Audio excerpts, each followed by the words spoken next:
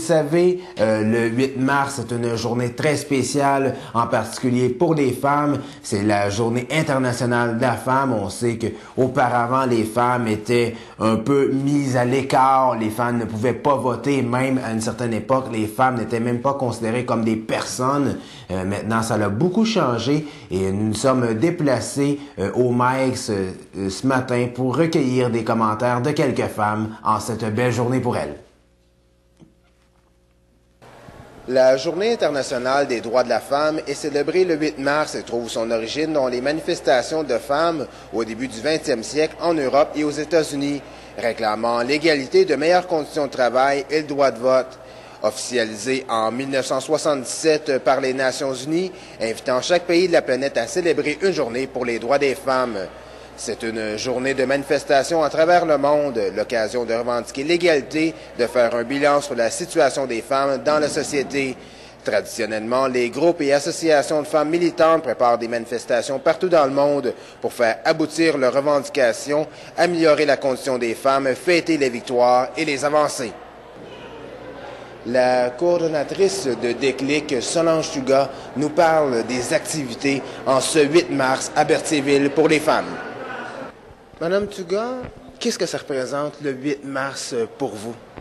Bien, le 8 mars, c'est une journée importante. C'est la Journée internationale des femmes.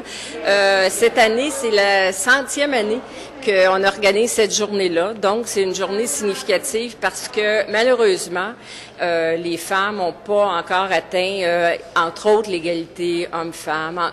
Au niveau de plein de conditions, si on parle des salaires, si on parle de la violence, si on parle de droits humains, à travers le monde, il y a encore beaucoup de travail à faire. Et ce qu'il y a de particulier à cette journée, c'est que c'est souligné justement dans plusieurs pays, puis qu'aujourd'hui, il y a plein de femmes qui se rencontrent et qui essaient solidairement de faire des pas. Est-ce que vous avez des activités spéciales pour cette journée? Ben nous, c'est comme une tradition à Berthierville. Il y a la table Alliance Dignité, qui est une table d'organismes. Il y a le groupe d'entraide en toute amitié, la Maison de la famille au Quatre-Vents, il y a la Maison des jeunes, le CLSC de Berthier, je ne veux pas l'oublier, la pastorale sociale et Déclic. Ça fait plusieurs années qu'on travaille ensemble dans une perspective de lutte à la pauvreté. Et quand on parle de lutte à la pauvreté, bien évidemment, on peut pas ne pas parler des femmes parce que c'est une majorité de la population qui est touchée. Et donc, c'est une tradition à Berthierville. On invite les gens à déjeuner chez Mike's. D'ailleurs, on remercie le restaurant parce qu'à chaque année, ils nous accueillent. Ils sont très ouverts à ce qu'on vienne célébrer la journée. Ça se fait sans prétention. On vend des broches aux gens. On met de la publicité un petit peu sur les tables pour informer, c'est quoi la journée, quelles sont les principales revendications. Et ce qui est important de dire, c'est que cette année, c'est 2010, donc il va y avoir une marche mondiale. Comme à tous les 5 ans, bon, on a commencé en 95 avec du pain des roses, il y en a eu une en 2000, 2005 et en 2010. Ça veut dire qu'à travers le monde, d'ici le 17 octobre, il va y avoir des marches dans différents pays. Il va y en avoir une au Québec, bien sûr, qui va se dérouler avant le 17 octobre, la semaine avant, qui va se terminer à Rimouski. Et ça, on pourra vous donner plus d'informations éventuellement. Et c'est sûr que c'est en lien avec des revendications, oui, au niveau mondial, mais il y a des revendications propres au Québec aussi. Et dans la région de Berthier, en terminant, est-ce que vous voyez que les femmes sont quand même bien accueillies en ce qui a trait, exemple, au métier pour eux?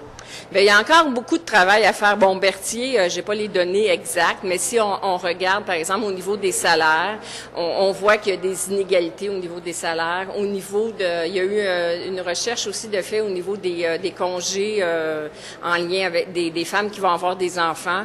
Bon, certains milieux, certaines entreprises acceptent bien, d'autres trouvent ça difficile et ça va même des fois jusqu'à des congédiements. Si on regarde le salaire minimum, c'est une des principales revendications que le salaire minimum soit minimalement de 10 et 66 parce que, on sait qu'aujourd'hui, c'est difficile, les conditions matérielles et le salaire va pas avec ça. Fait que ça, c'est une revendication importante. Et il y a tout l'aspect de violence en lien avec les femmes. C'est au niveau de la publicité, il y a encore beaucoup de travail à faire à ce niveau-là.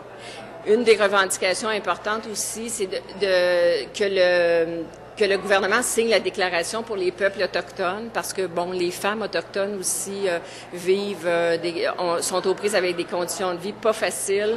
Donc, il faut aussi avoir une attention particulière pour ces femmes-là. C'était Louis-Antoine Lemire qui souhaite à toutes les femmes une très belle journée.